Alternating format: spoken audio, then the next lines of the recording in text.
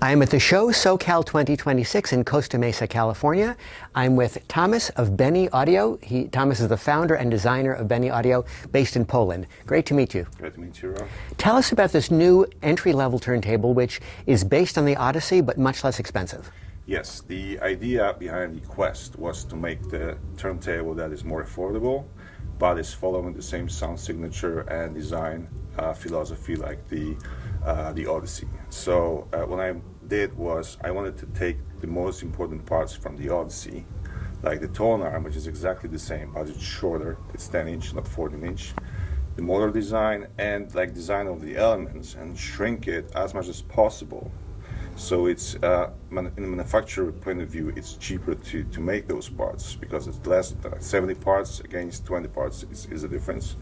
And this is the way that I could make something more affordable and following the same philosophy and really close to the sound signature of the Odyssey. This was the idea, and this is how it was made. Ken McAuliffe just gave a fantastic review of the Odyssey, and I personally was impressed that I understand this model uses the same exact motor from the Odyssey and the same exact design of the tone arm, even if it's shorter. Yes, actually the price of the tone arm, if you look at the Odyssey, you may choose whatever tone arm length you want. You may have like 14-inch arm, 10-inch, or 12-inch, and the length doesn't change the price, which is surprising. But does the length change the sound? Which do you think sounds the best? 14 is a faster one, so it gives you all the transient and everything from the groove, while a 10-inch arm gives you more fun. So it depends on where you go, what cartridge you use, you can play with the sound. And the length, as I said, doesn't change the price, so because it's based on the same components, so it would make no sense to change the price. Why did you choose a unipivot design? Oh, it's the best. I mean, from the design perspective, from my perspective, is the only way you can do the tone arm because of the friction. There's absolutely no friction, almost no friction if you have a unipivot here. But there was a problem always with the unipivot arms because of the azimuth and what's dancing, right? Whatever you move here, you lose the setting. So I did it from the scratch, and I put the side stabilization here inside the arm, so it's not dancing actually. So whatever you do, you set it once, and it's set. So it's like the first unipivot arm with no issues with azimuth. And why do you like the belt drive design rather than direct drive or idler drive? Belt drive gives more control over, thanks to the belt drive, you can separate the motor from the plotter, so you can put it somewhere else.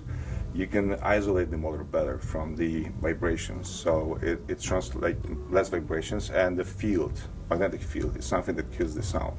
So that's something that I wanted to avoid. And I know that the best turntables that were made in 1980s, they have extremely good woven flatter, so this is the parameter that tells you how good this is. But they have issues with the magnetic field, okay? They are good with spinning, but not good with the sound.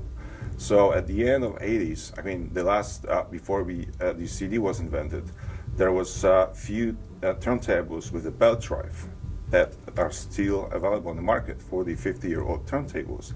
They're great, like my Kruseki, for example. So this was the beginning. And then we continue that in doing belt drive turntables. So I think that's the only way right now. What is your platter made out of? This is made of POM. This is a plastic delay ring. It's 4 centimeter. And the bearing is made of stainless steel with some very specific insert inside. And this is made of one piece of aluminum, all on the CNC machines. And you machine this yourself, or do you outsource this? No, I outsource this. So for me, it's like, it makes no sense to have all these machines, because if you take all these elements here, you will have to have like 10 different machines, equipment, people, licenses, train them. Makes no sense for me. So I cooperate with a specialized company that do all the things like that. We have a contract, so whatever I order, just made those parts for me, so I don't have to manufacture anything. I just assemble all those things. What I do is a drive system. I program it, I design it, and I tune it, and I design and assemble everything, including the arm. Tell us about the speed stability system you have in the drive system. Oh, that's a good one. That's speed stability is based on my program, microcontroller. So this microcontroller is checking the speed every single revolution, and whatever is going wrong, like too fast, too slow, it checks this 2 times in a row. If it's bad, makes the correction. Then wait 3 times, then check again, make the correction. So this is how it works. And whatever, if you stop it, it saves the last settings. If you turn it off, on, it will start whenever it stopped last time. So this is how it works, like a user-friendly thing. Tomasz, what cartridge do you have on this turntable now? This is Lyradelos. This is something I've been using for years, and I like this cartridge very much because it's very dynamic. And the cartridges I recommend for these tone arms are mid or low compliance for the longer arm, and mid and high compliance for the shorter arm. So actually, all the reviewers that were reviewing these tone arms, they were saying that these arms show the nature of the cartridge. So it will show you how different these cartridges are, getting the music. When a customer is considering choosing between this turntable and the Odyssey, what do you tell him or her you hear as the main improvements moving from the entry level to the Odyssey? Okay, if you look at the structure of the turntable, so the main improvement is the separation from the outside vibrations, inside vibrations. So it's absolutely silent. Both turntables are very silent. But the Odyssey is like the extremely silent, like the black hole. You hear absolutely nothing except for the sound. Second thing is, Odyssey has extremely good woven flutters. So because of free flutters, the mass, rotating, inertia and all this stuff, it is very, very good, like top of the, all the turntables that you can, imagine. And I measure this using tools that are available on the market, like Shake and Spin, for example. And my turntables have results written in database. So you can go there, check this, yes, okay, this is the result.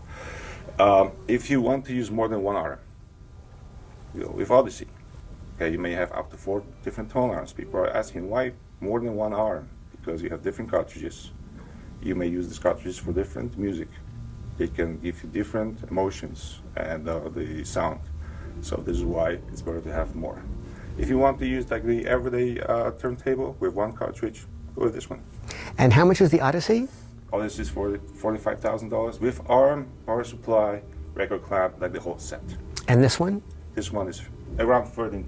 $13,000. Terrific. Well, congratulations on the debut of the new model. Thank you. Great to meet you, Tomasz. Great to meet you.